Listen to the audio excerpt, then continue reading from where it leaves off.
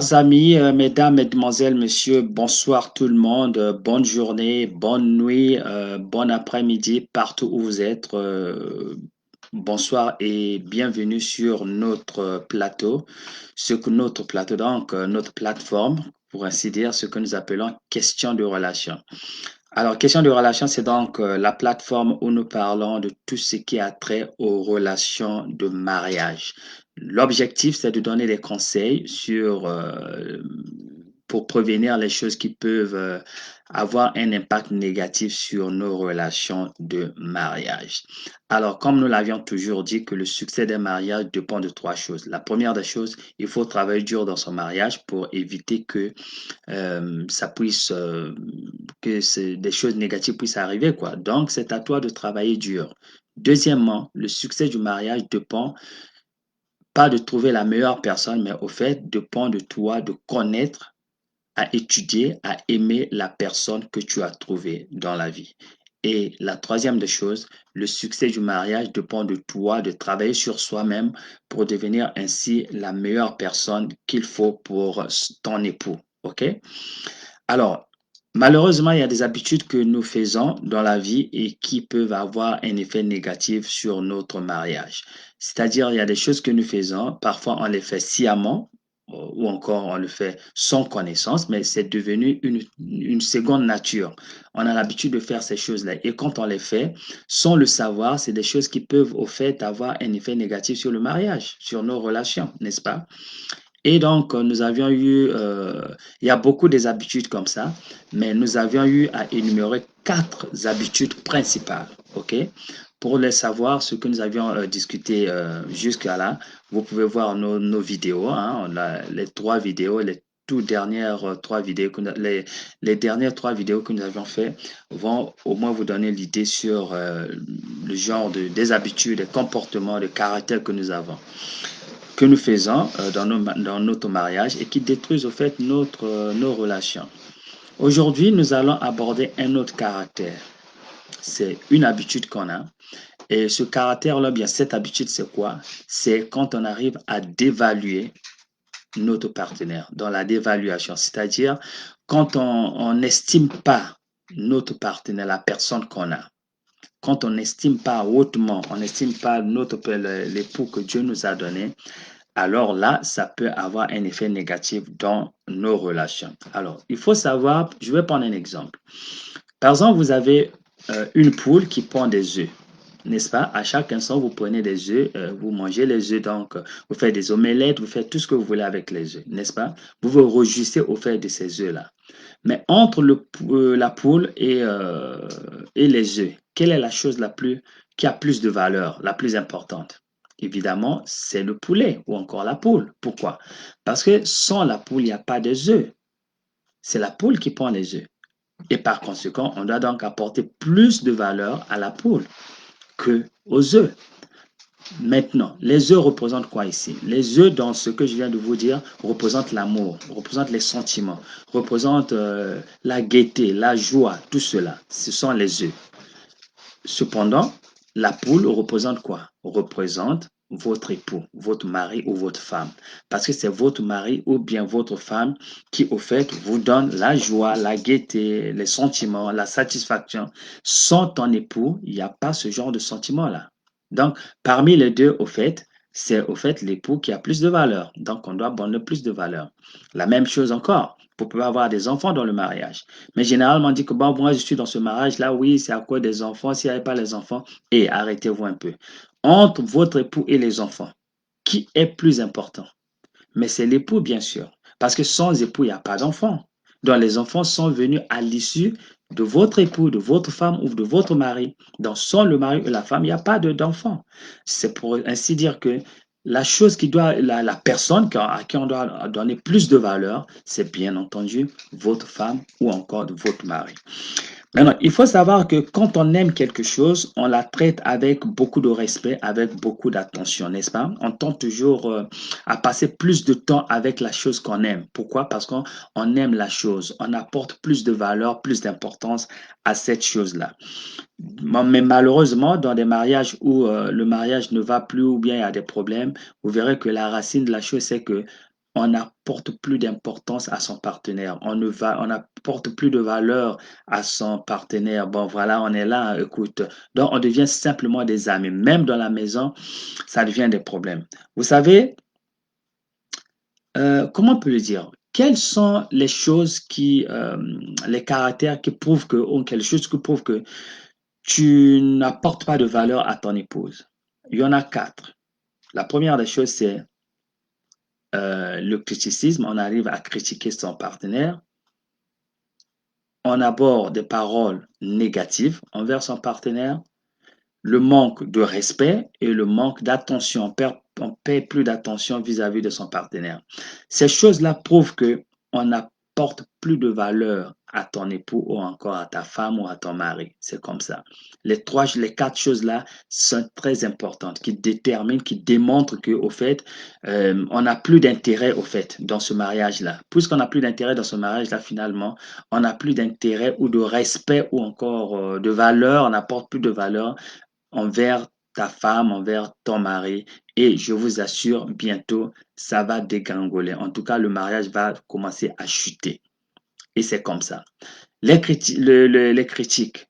Tu sais, dans le mariage, quand tu arrives, tu commences à critiquer ton mari ou ta femme. C'est toujours des critiques. C'est-à-dire que tout ce qu'elle fait, c'est toujours, oh, voilà ce que tu fais là. Oh, voilà ceci. C'est pas bien. Regarde ici. C'est toujours des critiques négatives. Alors ça prouve déjà que on n'a plus de valeur de c'est-à-dire que on n'estime plus sa femme ou son mari comme avant. Donc, il y a quelque chose qui ne va pas. Et ça, c'est un comportement que si on continue à exhiber ce genre de comportement, je vous assure, ça va détruire les sentiments dans le mariage. Et la première des choses, c'est toujours les sentiments. Quand les sentiments sont atteints, ça s'évapore, l'amour va mourir. Parce que l'amour dépend des sentiments. S'il n'y a pas de sentiments, en tout cas, il n'y a pas d'amour. Alors, l'amour, ce qui solidifie l'amour dans un mariage, ce sont les sentiments là qu'on a vis-à-vis de l'autre. Si on n'a plus de sentiments vis-à-vis de la personne, alors là, ça devient un problème dans ce mariage. Dans les criticismes, les critiques plutôt, c'est des choses négatives. C'est un comportement qu'il ne faut pas avoir, quoi. Il faut enlever ce comportement-là. La deuxième des choses, c'est l'esprit négatif. On apporte toujours des paroles négatives. Tout est négatif, rien de bon, quoi. Rien de bon, rien d'encourageant. C'est toujours, oh, c'est pas bien. Regarde comment c'est. Regarde tes cheveux, c'est comme ça. Regarde ta taille, c'est comme ça. Regarde tes habits. Regarde même comment tu parles, comment tu prends soin de la maison. Tu t'es vraiment à l'envers, des trucs comme ça. Alors, des paroles négatives comme ça devient un problème dans le mariage. Oh, c'est un comportement. Il y a certaines personnes qui ont ce genre de comportement-là et sans le savoir, ils sont en train de tuer leur mariage. Autre chose qui peut arriver, c'est-à-dire la négligence. On commence à négliger son partenaire. On ne paie plus d'attention vers le partenaire. Souvenez-vous, quand vous étiez encore copain, copine, encore, hein, vous savez, vous voyez un peu comment vous étiez vis-à-vis de l'autre. Vous payez attention, vous prêtiez attention plutôt à l'accoutrement, comment ton ami s'habillait, comment son ami se présentait, des trucs comme ça. Tu voulais qu'il soit nickel, bien les cheveux bien coiffés, des trucs comme ça, les habits à la maison, en tout cas, on arrangeait tout. Maintenant que vous êtes ensemble, ce genre de choses, tu apportes un comportement différent. Tu deviens négligent, tu ne s'occupes plus, tu ne paies plus attention à ce qu'elle se présente, il se présente. Alors ça, ce genre de comportement a un effet négatif. Donc, il est très difficile de vivre à côté d'une personne qui ne fait que vous critiquer la longueur de journée, qui ne fait que vous apporter des paroles négatives, tu vois, rien de bon, pas de paroles encourageantes. C'est très difficile de vivre avec cette personne, avec une personne comme ça dans la maison. Et si ça continue comme ça, c'est sûr, bientôt, il y aura un problème. C'est-à-dire que l'un des époux se sentira mal à l'aise dans le mariage, il se sentira vraiment démoralisé dans le mariage, il se sentira maltraité. Hein, il ne me traite pas bien, elle ne me traite pas bien. Et du coup, les sentiments, je vous assure, vont mourir et l'amour vont s'évaporer, l'amour va mourir. Pourquoi? Parce qu'il ne me traite pas bien. Comment il me parle? Hein, comment il me parle à la maison, même devant les enfants, il parle n'importe comment, ça montre que tu ne values pas ta femme, tu n'as pas de valeur pour la femme. Or, comment elle me parle, elle me traite comme ça, même devant les gens, ça prouve que tu n'apportes plus de valeur envers ton mari. Et ce genre de comportement-là, est-ce que tu peux vivre dans un tel environnement quand quelqu'un ne fait que te critiquer? Regarde seulement quand tu vas au travail. N'est-ce pas? Tout ce que tu fais, on dit que ah, monsieur, vous avez fait ça, mais il y a c'est toujours les critiques. Bientôt, vous verrez que vous ne voulez plus aller au travail. Pourquoi? Parce que c'est toujours négatif. Vous voulez changer de travail. C'est pareil comme à la maison. Quand tu rentres à la maison, on ne fait que dire des paroles négatives, des paroles de critique, des trucs comme ça. Tout ce que tu fais, c'est toujours mauvais, c'est toujours pas bien. Bientôt, tu vas dire que, écoute, moi, je ne veux plus rester ici, je veux m'en aller. Et c'est comme ça. Il y a beaucoup de mariages qui sont terminés comme ça à cause de ce genre de comportement. Donc, c'est quelque chose que je tenais à énumérer, à vous montrer que si cela, vous le faites soit consciemment ou inconsciemment, le conseil que je vous donne, c'est que évitez ce genre de comportement parce que ça ne peut que détruire vos relations. Alors là, je vais vous donner donc ce que j'appelle moi des principes universels. Il y a deux principes universels que je vais vous donner. Le premier principe est le suivant. Tout ce que tu nourris, tout ce que tu prends soin, ça va grandir. Prenez l'exemple d'une plante, n'est-ce pas? Chez nous, là, on a souvent des plantes à la maison. On appelle ça des plantes de maison. Quand on a dans la maison, on a une plante dans un pot, la plante commence à pousser. Vous savez, vous êtes parti au marché, vous avez acheté cette plante-là, vous avez amené à la maison parce que vous aimez la plante, n'est-ce pas? Et quelle est votre attitude vis-à-vis de la plante? Vous allez arroser la plante, vous allez nourrir la plante de façon à ce qu'elle puisse pousser, n'est-ce pas? Donc, tout ce que tu nourris, tout ce que tu prends soin, tout ce que tu protèges va grandir. Finalement, ça va grandir. Donc, c'est comme ça. Donc, dans le mariage aussi, dans l'amour de le mariage, quand on arrose notre amour, notre mariage avec des bonnes paroles, avec des compliments, avec des paroles positives, des paroles d'encouragement, des paroles que, non, voilà, tu es joli, tu es beau, c'est bien, oh, tu peux le faire, tu t'es bien, oh, voilà. Mais c'est-à-dire que tu es en train de faire des éloges de la personne que tu as. La conséquence est ce que cette personne va s'ouvrir à toi. Cette personne sera très contente. Cette personne va dire, ben voilà, je suis aimé. Ça va donner à cette personne une certaine valeur. Une certaine valeur la donne la confiance. La confiance. Elle devient, la personne peut tout faire, quoi. Tu vois, le moral est haut, on peut tout faire, on peut s'envoler parce qu'on est aimé, parce que on sait que quelqu'un est à mes côtés, il me soutient, il me dit toujours, il m'encourage. C'est comme ça. Et toute personne veut vivre dans un milieu pareil. Prenez l'exemple d'un enfant. Quand vous avez un enfant à la maison, essayez un peu de dire à cette personne, toujours à cet enfant, toujours des bonnes paroles, que tu es intelligente. Oui, tu es intelligent, tu peux le faire. Ah, mais tu es bien. Regarde, cet enfant aura plus de courage. Cet enfant-là sera déterminé. Vous verrez que l'enfant va mieux faire dans la vie à cause des bonnes paroles qui sortent de vous, des paroles d'encouragement. N'est-ce pas? Ça, c'est donc le premier principe. Tout ce qu'on nourrit va grandir. Le deuxième principe est ceci. Tout ce qu'on néglige, on va donc affamer la chose et finalement, elle va mourir. Tout ce qu'on néglige, tout ce qu'on ne nourrit pas, tout ce qu'on a affamé va mourir. Et c'est pareil. Prenez la plante encore. Je prends l'exemple d'une plante. Quand vous avez une plante à la maison, vous avez acheté la plante, vous l'avez amenée à la maison et vous la négligez. Vous n'arrosez plus la plante, vous ne la donnez plus les sels minéraux et tout. Donc la plante, elle a décelé, elle est laissée à elle-même. Qu'est-ce qui va arriver? Bientôt, elle va se sécher, elle va mourir, elle ne peut plus grandir. C'est pareil. Quand on commence à nourrir notre mariage, notre relation, notre amour avec des paroles, avec des critiques, des paroles négatives, avec des condamnations, avec des trucs pareils, hein, c'est toujours moi, regarde, ça ne marche pas, des trucs comme ça. Bientôt, ça va créer des problèmes dans le mariage. Vous voyez, si la personne que tu aimes, tu dois toujours démontrer cet amour avec des actions, les actions d'attention. Tu paies attention avec la chose que tu as. Tu cherches à la couvrir, tu cherches à la protéger. Pourquoi? Parce qu'on aime on aime la personne. Mais quand on commence à négliger la personne, ça veut tout simplement dire que on on paie plus d'attention à cette personne-là. C'est-à-dire qu'on dévalue la personne, il n'y a plus de valeur. Qu'est-ce que je vais chercher là-bas? Il n'y a plus rien. Donc, et si ça arrive dans le mariage, je vous assure, ce mariage-là est en train de glisser sous une colline et bientôt, elle va se cracher et ça sera la fin. Alors, donc, c'est un peu ça le comportement, c'est un des comportements qui peuvent arriver à détruire le mariage.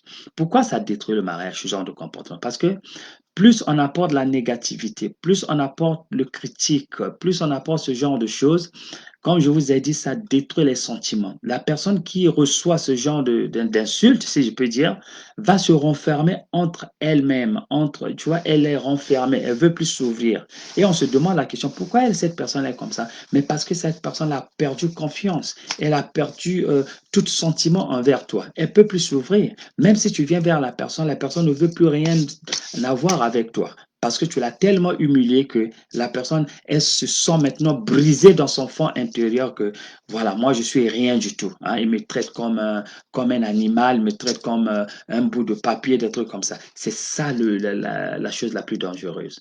Donc, il faut faire l'inverse. Qu'est-ce qu'il faut faire l'inverse? Si tu penses que, comme je vous ai dit au départ, que le succès du mariage dépend à toi de travailler sur soi-même, de devenir la meilleure personne pour ton époux. S'il y a un problème de la maison, toi, tu es à l'origine de ce problème. Il ne faut pas toujours dire que c'est mon époux, mais et toi? Parce qu'il ne peut pas y avoir un problème si la personne est seule. Si tu vis seul, tu n'as pas de partenaire, tu es seul, tu n'auras jamais de problème de mariage et d'amour. Mais dès l'instant que vous êtes deux, s'il y a un problème, c'est-à-dire que toi aussi, tu fais partie du problème. Et à ce moment-là, si tu veux que le problème ne puisse pas continuer, il faut maintenant travailler sur soi, c'est-à-dire assois-toi, regarde dans ton fond intérieur, pose-toi la question de savoir. Un, un, si ton partenaire, ta femme ou ton mari te dit toujours que j'aime pas comment tu me parles, comment tu me traites, j'aime pas ça, tu fais des trucs comme ça, moi j'aime pas ça, c'est un signal. Ça veut dire que tu es en train de la dévaluer, tu es en train de la traiter tu vois, c'est pas comme ton partenaire, mais comme quelqu'un d'étranger, tu n'aimes pas. Quand la personne te dit ce genre de choses, si tu veux que ton mariage puisse réussir, calme-toi, reviens sur soi-même, dis que, ah tiens, certainement, c'est comment je la traite, comment je le traite, voilà pourquoi il me parle comme ça. Parce que tu veux que le mariage réussisse, change ton comportement. Au lieu de toujours blâmer, au lieu de toujours critiquer, au lieu de toujours des paroles négatives, commence à donner des compliments, commence à maintenant à encourager la personne, commence à donner des paroles positives. Tu verras que la personne va changer, va s'ouvrir vers toi. Ça, c'est la première des choses. Deux, si tu vois que la personne se renferme entre elle-même, quand tu la parles, yeah, c'est bien. Oh, tout va bien. Tout va bien. Des réactions abruptes, des questions, des réponses plutôt courtes, sans développement, ce genre de réponse, ça veut dire qu'il y a quelque chose qui ne va pas. Maintenant, on commence à regarder, qu'est-ce que j'ai fait? Est-ce que je l'ai maltraité la personne? Est-ce que j'ai dit des paroles négatives? Quand tu commences à voir dans ton fond intérieur, tu vas finalement savoir que, ah tiens, certainement j'ai heurté la personne. Et qu'est-ce qu'il faut faire? Change. Qu'est-ce qu'il faut faire maintenant? Commence à dire des paroles positives. Commence à prêter plus attention à ton partenaire. Commence à prendre soin de ton partenaire, des trucs comme ça. Si tu peux faire ça, ça va réparer le mariage. Et tu verras que le mariage qui partait donc au point mort va finalement recouvrir la vie et il y aura une nouvelle souffle de vie, un nouveau souffle de vie plutôt, qui va commencer à jaillir dans le mariage. Donc voilà ce que je tenais à partager avec vous ce soir ou cet après-midi, ça dépend de là où vous êtes, que le succès du mariage, il faut éviter des paroles qui vont dévaluer votre partenaire. Il faut éviter les comportements qui vont neutraliser les sentiments de votre partenaire. Plutôt, il faut aborder maintenant un caractère encourageant, un caractère positif, un caractère qui soutient ton époux. Et c'est comme ça que votre mariage aura au moins une longévité et deviendra plus solide et vous aurez la joie dans votre mariage. Donc, c'est cela ce que je tenais à partager avec vous ce soir. Alors, la semaine prochaine, nous allons continuer avec l'autre caractère qui peut détruire le mariage. Et pour l'instant, on s'arrête là. En tout cas, on se revoit la semaine prochaine. Au revoir. Prière de partager la vidéo. Ce genre d'informations sont très importantes. Ça nous aide, OK? Donc, il faut partager ça avec beaucoup de gens, surtout les gens qui sont mariés. Parfois, ils ne savent pas. Tu vois, il y a certaines personnes qui sont mariées, ils ne se réjouissent plus du mariage. Pourquoi ils vivent ensemble? Parce que bon, voilà, on a des enfants ensemble, bon, on a la maison, on a des biens en commun, blablabla. Non, le mariage, c'est pas comme ça. Le mariage, ça doit être une jouissance. On peut même vivre pendant 20 ans, 30 ans, 50 ans, 60 ans ensemble, 80 ans ensemble. C'est toujours la joie parce qu'on s'aime, on se value l'un l'autre. C'est comme ça le mariage. Donc, ça ne doit pas être je suis là à cause de ceci. Non, tu es là à cause de l'amour parce que l'amour continue à couler à gogo, comme on le dit. C'est comme ça. Si on vit comme ça, en tout cas, c'est ce que nous voulons. Voilà le but de cette plateforme, c'est de pouvoir nous encourager de façon que nous puissions aimer notre mariage et vivre ensemble. Donc, Pierre de la partager avec vos amis. Peut-être que ça va leur aider ce genre de conseils que nous donnons. On a beaucoup de vidéos, donc repartez en arrière. Vous allez voir beaucoup de vidéos qu'on a fait sur notre plateforme Question de relation. On se revoit la semaine prochaine et au revoir.